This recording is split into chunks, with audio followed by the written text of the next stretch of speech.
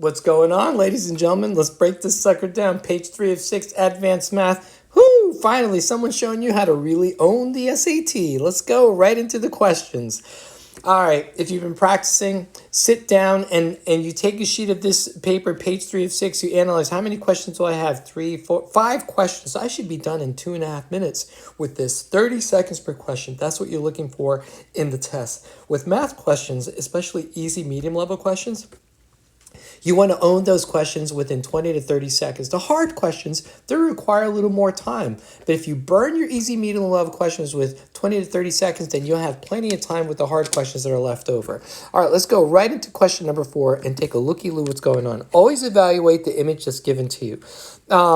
I see 2 curves. All right, well, what if... Let's just go into the question. This is an easy question. This is question number 4. The graph of y equals f of x is shown in the xy plane. What is the value of f of 0? Oh, that means when x equals 0, what is our y value for one of these curved lines? It looks like it's going to be a positive 3, and it certainly is. Ding dong, that was an easy question. Question number 15. We see this polynomial, right? It's an x cubed problem. Why do we know it's x cubed? Because it's got that little curviness, curly q. All right, let's read. The graph of y equals f of x is shown where the function is defined by blah, blah, blah. A, B, C, D are numbers. For how many values of x does f of x equal 0? What does f of x always equal? It equals y. So you're telling us for how many values of x does y equal 0? So y equals 0 here, y equals 0 here, and y equals 0 here. So there are 3 values of x. X equals -1, x equals 4, and x equals 7. Those are your x-intercepts. Ain't that cool? That's right. Next question, number 15. Oh, by the way, that question number 15 was considered a medium level question. Now you know what to do. This is also a medium level question. Let's examine the image. We have an xy coordinate plane. We got our curvy line. Basic stuff. When x equals 4, y equals 9. When x equals 6, y equals 8. When x equals 2, y equals 8. When x equals 0, y equals 5. You already know this stuff. Now read carefully because it's a medium level question. It might be a little tricky. The graph models the number of active projects the company is working on X months after the end of November 12th. Whenever they do that, the end of a certain time, pay particular attention. So at the end of November 12th, where X months, right, has to be greater than 0 but less than 6, according to the model, or equal to less than 6. According to the model, what is the predicted number of active projects the company is working on at the when? The end of November 2012? Isn't that just at the beginning? Yeah, it's just at the beginning. So X equals 5. Done. Right. All right, let's go to the next question.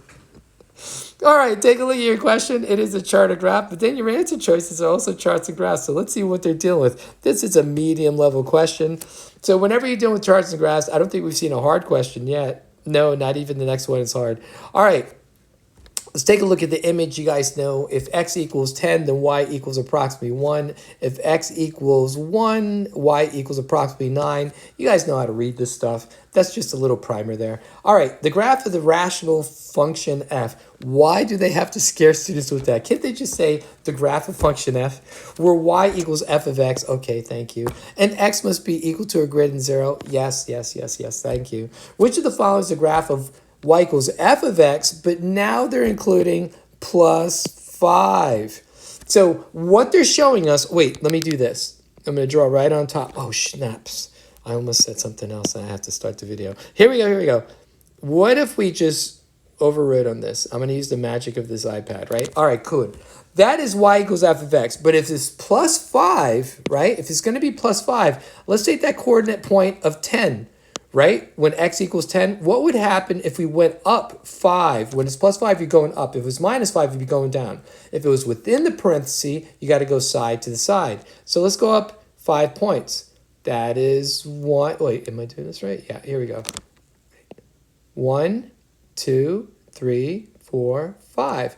That's what f of x plus 5 would look like. So which answer gives me that? It ain't going to be no A, right? Because that looks like it went downtown somewhere. It ain't going to be B. It didn't go uptown, so B is out. Which one is 10 times better, C or D? Yep, I'm going to go with vitamin D. Next question, number 10. Question number 10, this is considered a medium level question also, but it's interesting because 15 should be harder. Well, maybe it is for some students, but after you saw what we did to the last few questions, I think now you know you got no problems to pay the bills. All right, notice we have wordy answer choices. I'm certainly going to hit these answers from the bottom up whenever there are sentences.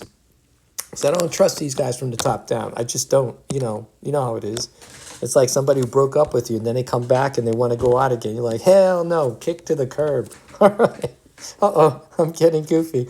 All right, the kinetic energy in joules of an object with mass 9 kilograms traveling at a speed of v meters, so v goes with v meters, per second is given by the function k. So this whole function k, what is the v all about? Meters. Then you got your formula, 9 over 2, v to the second power.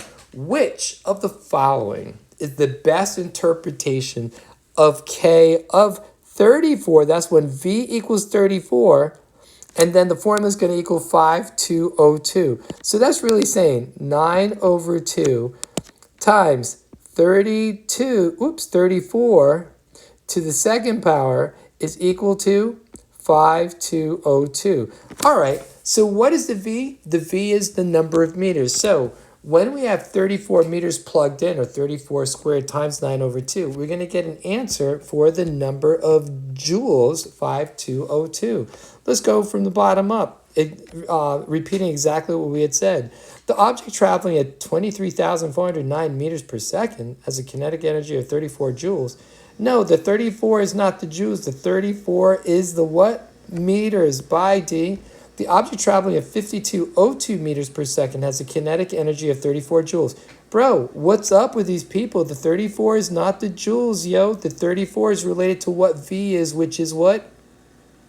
The meters. So C is out. Answer choice B. The object traveling at 340 meters per second. What's up with the 340 meters, bro? It's supposed to be 34, not 340, so B is out. Let's read A just to make sure. The object traveling at 34 meters, yes, V is meters, per second has a kinetic energy of 5202. That is the answer to the question. Did we finish everything? Yes, that is it for page 3 of 6. I'm telling you, ladies and gentlemen, you're going to break this sucker down and own the test just from doing the last minute instruction. You need any help? Number is 786-877-7231. You can text me or you can call me if you need any of these docs. Just let me know. I'll get them to you somehow, some way. Later.